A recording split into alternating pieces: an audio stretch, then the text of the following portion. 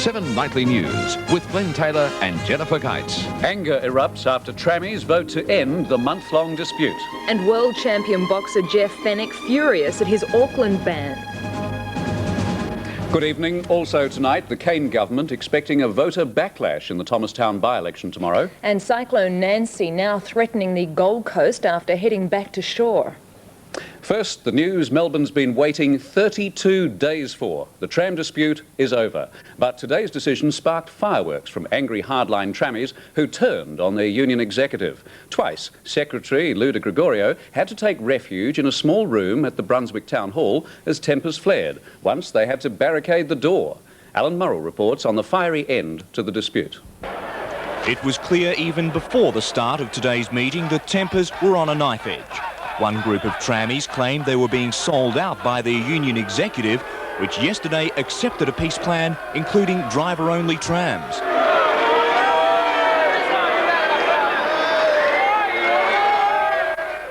The package was overwhelmingly accepted, according to the executive, by about 90%, but some hardliners tried to take out their anger on the executive, who fled the stage.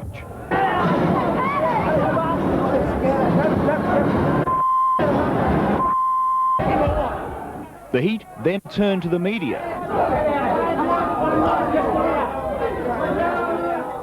The scuffles continued outside, with trammies abusing bus driver colleagues they believe stacked the voting against them.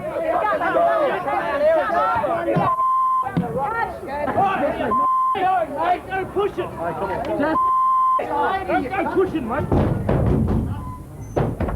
Inside, Union Secretary Lou de Gregorio had taken refuge behind a locked door. I'm not really worried. I think the members are entitled to be upset, some of the members, and it's a hard decision to make, and majority decision are rules, and I'll go by the majority decision. Mr. de Gregorio was about to leave when the angry trammies stormed the building.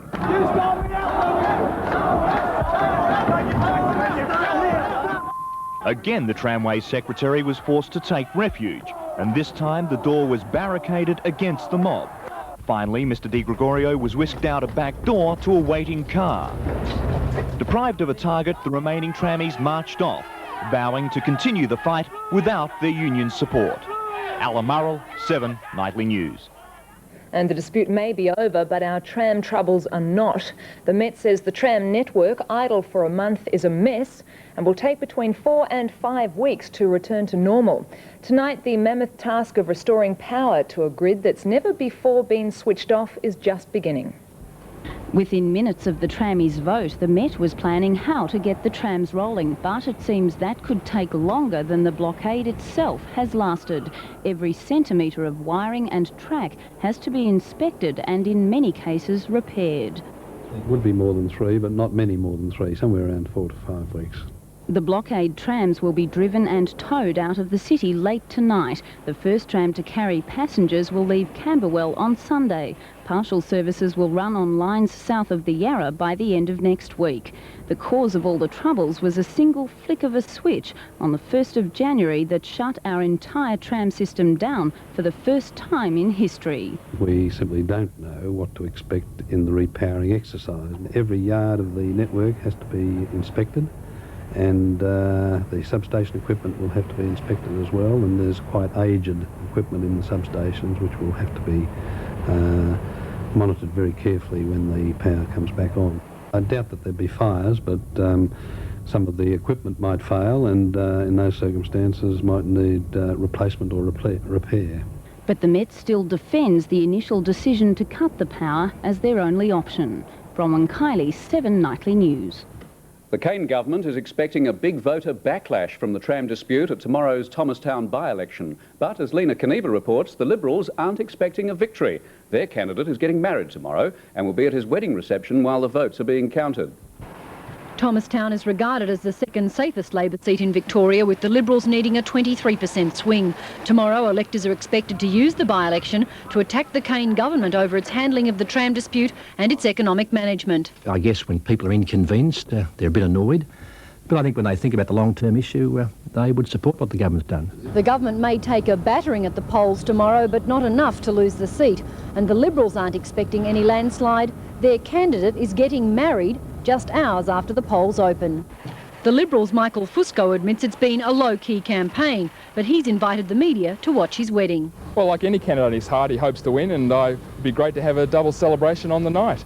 The ALP's candidate is Party Secretary Peter Batchelor, who was responsible for the Nunawading How to Vote card scandal. His result will be muddied by the running of ALP independent Monica Hutt, a member of the Tramway Union Executive. She failed to get her own How to Vote card approved by 5 p.m. yesterday and will not be able to distribute cards at polling booths. While in effect it's not helpful, I still don't believe that it's going to have a major effect on us. Much of the swing against the government is expected to help the Democrats. Lena Caneva, 7 Nightly News. Australian triple world boxing champion Jeff Fenech, physically removed from Auckland's Games Stadium last night, is fuming at the treatment he received. While he admits to losing his cool during the gold medal contest between his gym mate Justin Rousel and Ugandan lightweight Godfrey Nyakana, Fenech says he was provoked. 7's John Harker with this report. I was involved in a heated argument, but happily there was no blows, and it's all just been blown up. But you know, the people here should learn how to treat Australians, and we could have a better time here. Jeff Fenech was pulling no punches, thrown out by police and security guards after watching Justin Rousel's controversial loss. Fenech says he was baited by a security guard who goaded the Aussies after Rousel went under. I told him straight away, stop acting like a kid and stop acting like a goat. And as I said that to him, because he was one of the security workers there, we just got people to put me out, and I'm happy I'm out of there because I wouldn't go back anyway. Fenech is here to help psych our team, including 400-metre hero Darren Clark. He says the Australians were victimised at the boxing, removed from areas which were then given to other teams. I don't see why me or any of the Australian boys should have been treated differently to anybody else, and we were for the whole time we were here. And there are further dramas for the Australians. Swimming silver medalist Rob Woodhouse is sporting 10 stitches in his forehead after an incident in this Auckland nightclub.